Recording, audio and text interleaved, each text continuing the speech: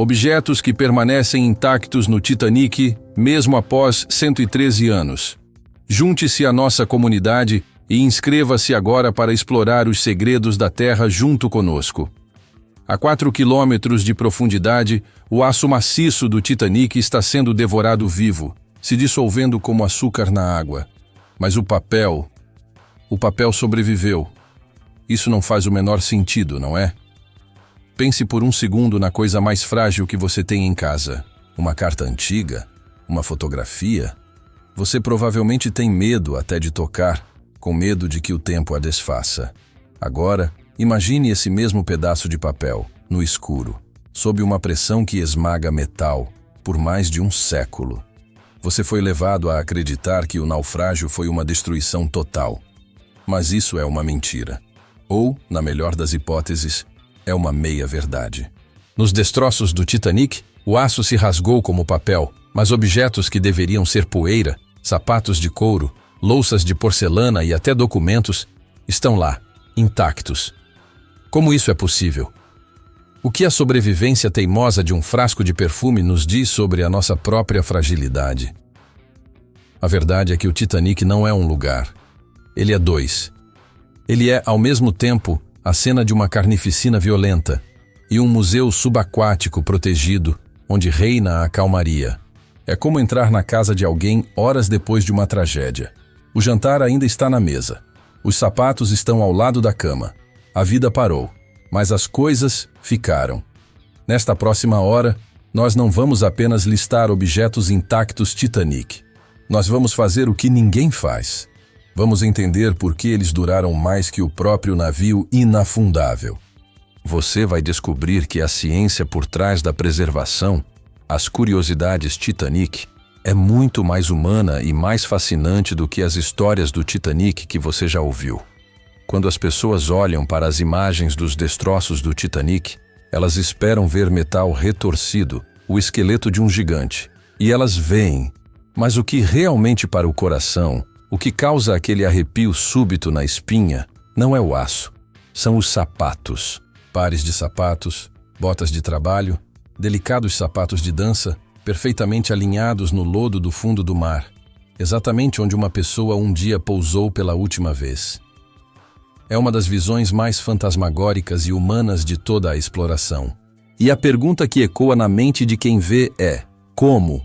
Como pode o couro, um material orgânico, uma pele de animal, sobreviver por mais de um século a 4 quilômetros de profundidade, sob uma pressão esmagadora, enquanto o aço maciço do Titanic está sendo literalmente devorado? A resposta não é um milagre, mas uma fascinante lição de química que se transforma em uma das maiores curiosidades Titanic. O segredo está em uma palavra: tanino. O processo de curtimento do couro, aperfeiçoado ao longo de séculos e padrão na era eduardiana, usa o tanino, uma substância extraída de cascas de árvores. Esse tanino é, essencialmente, um veneno. Ele é projetado para impedir que o couro apodreça, em primeiro lugar, matando as bactérias que normalmente o decomporiam. O que ninguém imaginava é que esse mesmo veneno seria mortalmente eficaz contra as bactérias marinhas específicas do Atlântico Norte, as mesmas que hoje se banqueteiam com o ferro do casco. O couro, em essência, foi vacinado contra o seu ambiente. Mas a ciência, por mais fascinante que seja, é fria. O que realmente nos conecta a esses objetos intactos Titanic é o que eles representam. Pense por um instante no seu par de sapatos mais confortável, aquele que você usa há anos. Ele não tem o formato exato do seu pé? Ele não guarda a curva do seu calcanhar, a pressão dos seus dedos? É quase uma impressão digital tridimensional. Os sapatos encontrados nos destroços do Titanic são exatamente isso. O corpo se foi, a carne e os ossos, sendo matéria orgânica não tratada, foram consumidos pela vida marinha em questão de semanas, talvez meses. Mas o couro... o couro guarda a forma do dono. Ele se recusa a esquecer. Cada par de sapatos é a última pegada física de um indivíduo. É um memorial involuntário. Não vemos um sapato, vemos um mordomo, uma mãe de terceira classe segurando seu filho. um milionário que acreditava ser indestrutível. O couro se tornou o guardião da forma humana, a silhueta final de uma vida. É uma das histórias do Titanic mais profundas, contada sem uma única palavra, apenas pela forma que o couro insistiu em manter. E não foi só o tanino. A pressão esmagadora e a água salgada ajudaram nesse processo macabro, encolhendo e curando o material, fixando aquela forma para sempre. E essa preservação se estende para algo ainda mais inacreditável, algo que realmente muda nossa compreensão da tragédia: as malas. As malas e valizes de couro, especialmente aquelas de alta qualidade pertencentes à primeira classe, agiram como verdadeiros cofres, como cápsulas do tempo no fundo do oceano. O mesmo couro curtido que protegeu os sapatos, protegeu o que estava dentro dessas malas. O material repeliu as bactérias por fora e, uma vez fechadas, elas criaram um ambiente anaeróbico, ou seja, quase sem oxigênio. Sem oxigênio, os micróbios que precisam de ar para decompor materiais simplesmente não sobrevivem. O resultado? O couro, a pele de um animal, serviu como um escudo perfeito para os objetos mais frágeis que a humanidade produz. Enquanto o aço do Titanic se desfazia, o couro preservava papel. Cartas de amor, notas de dinheiro, menus de jantar, documentos de imigração. É uma ironia quase poética. O navio, o auge da tecnologia industrial, falhou. O aço, símbolo da força humana, está desaparecendo. Mas o couro, uma tecnologia antiga, orgânica, cumpriu sua promessa. Ele protegeu o que lhe foi confiado. Ele guardou as histórias do Titanic que estavam escritas, os sonhos e as intenções. Graças a esse milagre do couro, não temos apenas os ossos do navio, temos a alma de seus passageiros. Mas o couro não foi o único material que agiu como um guardião. Alguns itens, por sua própria natureza inorgânica, não precisaram lutar contra o tempo. Eles simplesmente esperaram. Se o couro nos conta as histórias do Titanic mais pessoais, a porcelana e o vidro nos contam a história da interrupção. Quando os submersíveis iluminam os campos de destroços, eles encontram cenas que desafiam a lógica. Não são apenas cacos, são pilhas de pratos, pilhas inteiras de louça fina, ainda com o brasão da White Star Line, perfeitamente alinhadas no lodo, como se um copeiro fantasma as tivesse arrumado ali.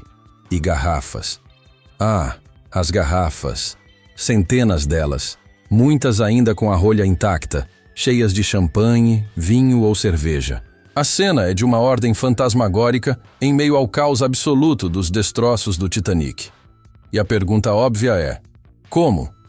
Como algo tão frágil quanto um prato de porcelana ou uma garrafa de vidro sobreviveu a um naufrágio que partiu um navio de 46 mil toneladas ao meio e o atirou 4 quilômetros para baixo? A ciência, neste caso, é brutalmente simples. A cerâmica e o vidro são materiais inorgânicos. Para os micróbios e bactérias do fundo do mar, eles simplesmente não são comida. Eles são inertes, como uma rocha. Eles não se decompõem. O aço do Titanic é um banquete de ferro para as bactérias. A porcelana é apenas um obstáculo. É por isso que arqueólogos ainda encontram vasos romanos intactos após milênios. O tempo não corrói esses materiais. Mas e a pressão? Isso não deveria ter implodido cada garrafa, cada prato? Aqui é que entra uma das curiosidades Titanic mais elegantes. A pressão no fundo do oceano é esmagadora, sim, mas ela é exercida igualmente por todos os lados. Para um objeto oco como uma garrafa vazia, seria morte instantânea. Mas as garrafas do Titanic estavam cheias. Cheias de vinho, cheias de champanhe. O líquido dentro, sendo incompressível, exerce uma contrapressão, igualando a força externa.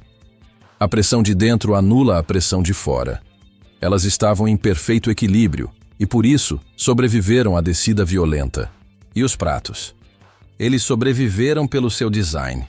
Ao caírem, eles provavelmente desceram planando. E o fato de estarem empilhados deu-lhes massa e estabilidade. Mas o mais provável é que estivessem em caixas ou armários de madeira. A madeira apodreceu lentamente ao redor deles, e o lodo fofo do fundo do mar amorteceu sua queda final, deixando-os repousar, intocados. Quando vemos aqueles objetos intactos Titanic, não estamos vendo mágica, estamos vendo física pura. E é aqui que a mente humana realmente se conecta. Sabe aquela louça boa que sua avó ou sua mãe tem? Aquela que só sai do armário no Natal ou em uma ocasião muito especial e que é tratada com um cuidado quase religioso? A louça do Titanic era exatamente isso, mas em escala industrial.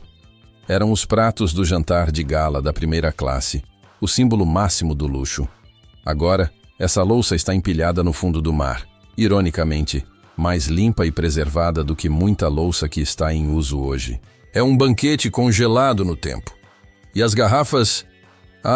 As garrafas são talvez a metáfora mais poderosa. É uma festa interrompida no exato momento da celebração. O champanhe, borbulhante e vivo em 1912, esperou mais de um século por um brinde que nunca aconteceu, por uma taça que nunca será servida. É o quase da tragédia.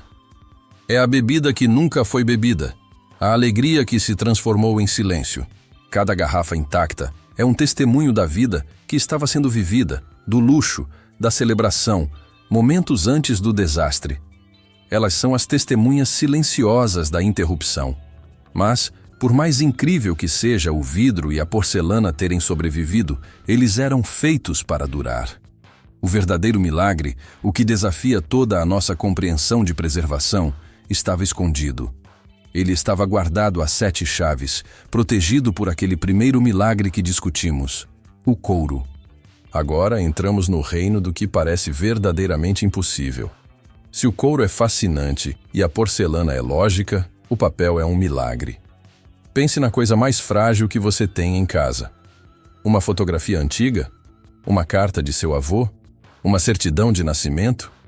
Você tem medo de manuseá-los com as mãos secas, com medo de que o tempo os desfaça. Agora, imagine pegar esse mesmo pedaço de papel, mergulhá-lo em água salgada e atirá-lo 4 quilômetros abaixo no oceano, sob uma pressão que pode esmagar aço. O que você esperaria encontrar? Nada. Partículas. Uma sopa de celulose. No entanto, uma das histórias do Titanic mais arrepiantes é que, das profundezas dos destroços do Titanic, os exploradores recuperaram papel.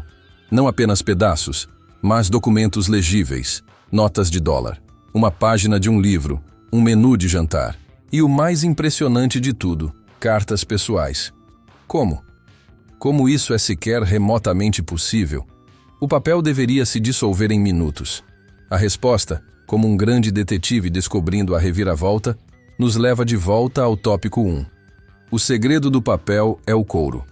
Esses objetos intactos Titanic impossíveis não estavam flutuando livremente. Eles estavam selados. Eles sobreviveram porque estavam guardados dentro das malas de couro. Vamos dissecar essa cápsula do tempo perfeita. Uma mala de couro de alta qualidade, como as de um passageiro da primeira classe do Titanic, era feita para ser resistente. Quando ela afundou, a pressão esmagadora comprimiu a mala, forçando o couro curtido a se selar com uma força incrível. O tanino, como já vimos, envenenou qualquer bactéria que tentasse roer o exterior. Mas o verdadeiro milagre aconteceu por dentro. A mala criou um ambiente anaeróbico, quase um vácuo químico. O pouco oxigênio que havia ali foi rapidamente consumido pelos processos iniciais de decomposição. E então, tudo parou. Sem oxigênio, os micróbios que transformam papel em mingau não podem respirar. Além disso, a própria água salgada, embora destrutiva a longo prazo, em um ambiente selado e frio, age de forma diferente. E o próprio couro curtido pode ter liberado alguns de seus taninos para o ambiente interno, essencialmente curtindo os próprios documentos, protegendo-os. É uma confluência de fatores tão improvável que parece ficção. O couro, um material orgânico, protegeu o papel, outro material orgânico, da destruição total. É uma das curiosidades Titanic mais espetaculares. E o que isso significa? O que esses papéis nos dizem? Eles são, talvez, a voz mais clara que temos do navio. O metal nos fala da engenharia. A porcelana nos fala do luxo. O couro nos fala da forma humana. Mas o papel nos fala da intenção humana. O que encontramos? Encontramos a declaração de intenção de um imigrante. Pense nisso. Um homem estava viajando na terceira classe, com todos os seus sonhos guardados naquela mala. Ele estava indo para a América declarar sua nova vida, seu novo futuro. O navio falhou com ele. Seu corpo se foi. Mas o sonho dele, escrito naquele pedaço de papel, sobreviveu. Sobreviveu ao Titanic. Sobreviveu a um século no fundo do oceano. É uma prova assustadora de que, às vezes, nós somos mais frágeis do que as nossas próprias intenções. Encontraram cartas de amor, palavras que nunca foram lidas pelo destinatário. Encontraram dinheiro, que perdeu todo o seu valor no instante em que o navio afundou, mas que sobreviveu como um testemunho irônico da riqueza que tantos buscavam. O papel é a alma recuperada do navio. Mas enquanto o couro protegia esses segredos frágeis, o próprio navio estava em uma batalha muito diferente. Sua pele, seu casco de aço, estava sendo perdido, mas seus ossos, feitos de um material muito mais nobre, se recusavam a desaparecer. Até agora, falamos dos objetos que os passageiros levaram consigo, as coisas que contam as histórias do Titanic pessoais. Mas e o próprio navio? O Titanic em si é a maior vítima e o maior artefato. Quando você vê imagens dos destroços do Titanic, a primeira impressão é de decadência absoluta. O casco, aquela pele de aço maciço que deveria ser insubmergível, está em frangalhos. Ele está sendo devorado vivo. A proa está coberta por rústicles, formações semelhantes a estalactites de ferrugem, que são na verdade colônias de bactérias, Halomonas titanicae, nomeadas em homenagem ao navio, que estão literalmente comendo o ferro, transformando o aço sólido em um pó fino de óxido. Os cientistas preveem que dentro de algumas décadas o casco pode desmoronar completamente. A pele do gigante está apodrecendo, se dissolvendo de volta no oceano. É uma imagem de falha total, a entropia em ação. Mas em meio a essa decomposição acelerada, algo brilha. Algo permanece quase intocado, desafiando o sal e o tempo, como se tivesse sido instalado ontem. Esses são os ossos do navio, o bronze e o latão.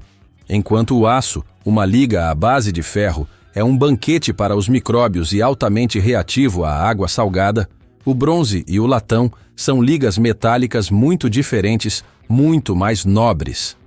O bronze, cobre e estanho, e o latão, cobre e zinco, são profundamente resistentes à corrosão salina. O cobre, seu ingrediente principal, é na verdade um biocida. Ele mata os micróbios que tentam se fixar nele. É o exato oposto do ferro. Por isso, quando um submersível ilumina a ponte destruída, o timão de madeira se foi. O aço ao redor está derretendo, mas o telégrafo da ponte... o telégrafo está lá, brilhando em seu tom dourado esverdeado, quase perfeito. E é aí que o coração para. Porque não é qualquer peça de metal. É aquele telégrafo. É o instrumento que recebeu a ordem fatal do primeiro oficial Murdoch. A alavanca, congelada no tempo, ainda parece pronta para ser movida. É uma das curiosidades Titanic mais perturbadoras. Estamos olhando para o DNA do desastre, a ferramenta exata da decisão que selou o destino de 1.500 pessoas. O aço falhou, mas o bronze que registrou a falha permanece. E essa resistência vai além do telégrafo. Os cabrestantes gigantes na proa, usados para levantar as âncoras colossais, são feitos de bronze e estão em condições notáveis. As vigias, as molduras das janelas de latão, ainda seguram pedaços de vidro. E não é só o metal nobre, a madeira. A maior parte da madeira do Titanic desapareceu.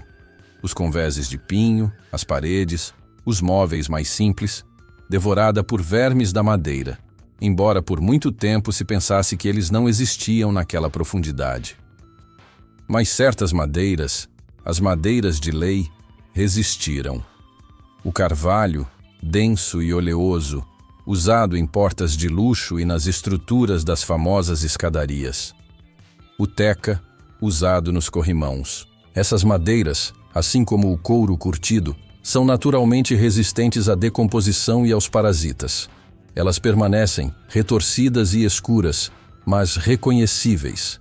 Quando olhamos para esses objetos intactos Titanic, a pele de aço desaparecendo e os ossos de bronze e carvalho brilhando, temos uma lição profunda. O Titanic foi construído com força bruta, aço, mas sua alma, seus detalhes, as partes que os humanos realmente tocavam, os corrimãos, o telégrafo, as maçanetas, foram feitos com materiais nobres. A força bruta está falhando. A nobreza está resistindo.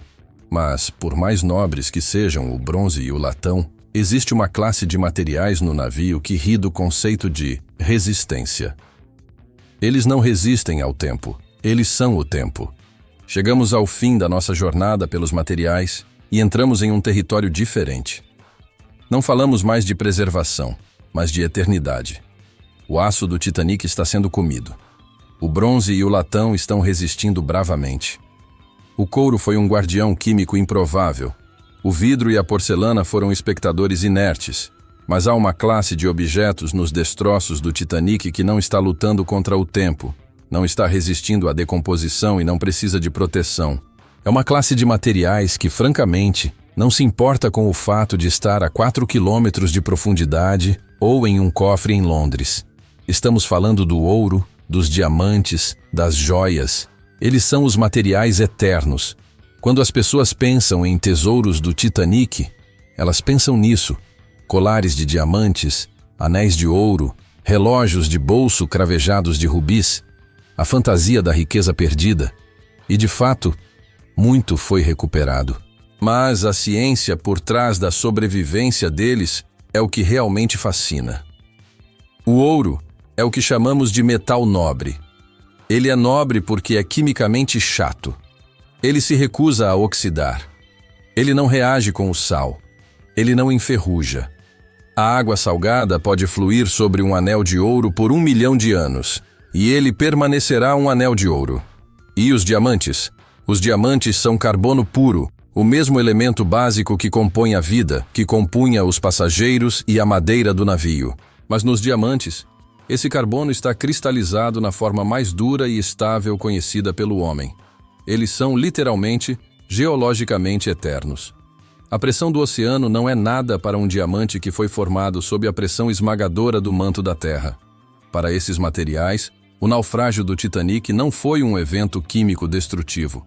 Foi apenas uma mudança de endereço. Eles são as testemunhas perfeitas.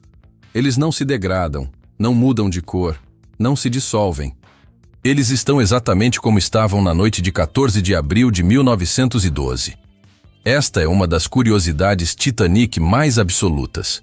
O navio mais avançado do mundo se desfez, mas os materiais mais antigos da Terra, que usamos como adorno, permaneceram intocados. Mas é aqui que devemos mudar nossa perspectiva, e é isso que separa um entusiasta de um verdadeiro historiador humano. Quando vemos esses objetos intactos Titanic, a tentação é pensar em riqueza. Quanto vale esse colar? Mas eu o desafio a ver diferente. Eu vejo compromisso. Muitos desses itens não são baús de tesouro, são pertences pessoais. Um anel de casamento de ouro, uma aliança. O ouro não era valorizado por ser caro, era valorizado porque dura. Era o símbolo perfeito para uma promessa que deveria durar para sempre. A trágica ironia é que o símbolo sobreviveu à pessoa e à promessa. E os relógios de bolso? Ah, os relógios. Muitas vezes, feitos de ouro ou prata, eles eram itens profundamente pessoais. O dono se preocupava com as horas, vivia sua vida regulada por aquele objeto. E então, a água gelada entrou, as engrenagens pararam. O tempo parou para o dono, e o relógio marcou esse momento final para sempre. Esses objetos são as testemunhas mais leais da tragédia, guardando não apenas valor monetário, mas as emoções mais fundamentais daquelas vidas. E assim, no fim da nossa jornada, o que encontramos é a maior e mais profunda ironia de todas. O Titanic, o navio inafundável, o triunfo absoluto da engenharia, um colosso de aço maciço e força bruta, foi destruído em questão de horas. E hoje, como vimos, ele está sendo devorado, literalmente comido por bactérias, se dissolvendo de volta no oceano. Mas os objetos mais pessoais, as coisas que definimos como frágeis, uma carta de papel, uma aliança de ouro, um frasco de perfume, um simples sapato de couro, essas coisas sobreviveram. Elas estão lá, por mais de um século, quase intactas. Isso nos força a fazer uma reflexão final. O que realmente dura? No final, não é a força bruta do aço. O que dura são as coisas que nós, humanos, tratamos com cuidado. O couro que curtimos para proteger nossos pés. O ouro que polimos como símbolo de um compromisso. As cartas que guardamos com nossas intenções. Os objetos intactos Titanic nos ensinam que a preservação deles pode ter sido um acidente da química, mas a memória que eles carregam é uma escolha nossa. Eles não estão lá apesar da tragédia. Eles estão lá contando a tragédia para nós. E é nosso dever ouvir. Porque, acima de tudo, os destroços do Titanic são um cemitério, um local de descanso sagrado para 1.500 almas. E devemos esse respeito. Agora, eu quero que você reflita. De todos os objetos intactos Titanic que vimos, de todas essas histórias do Titanic, qual delas mais mexeu com você? Você tem algum objeto de família na sua casa que parece ter parado no tempo, guardando uma história? Deixe sua história aqui nos comentários. Se essa jornada profunda pela memória e pela ciência te tocou, considere se inscrever no canal e ativar as notificações para continuar aprendendo. E se você gostou de como a ciência explica a sobrevivência, então você precisa ver o outro lado, as Rusticles. Clique aqui para assistir ao nosso vídeo sobre as bactérias que estão comendo o Titanic e por que ele vai desaparecer completamente em poucos anos.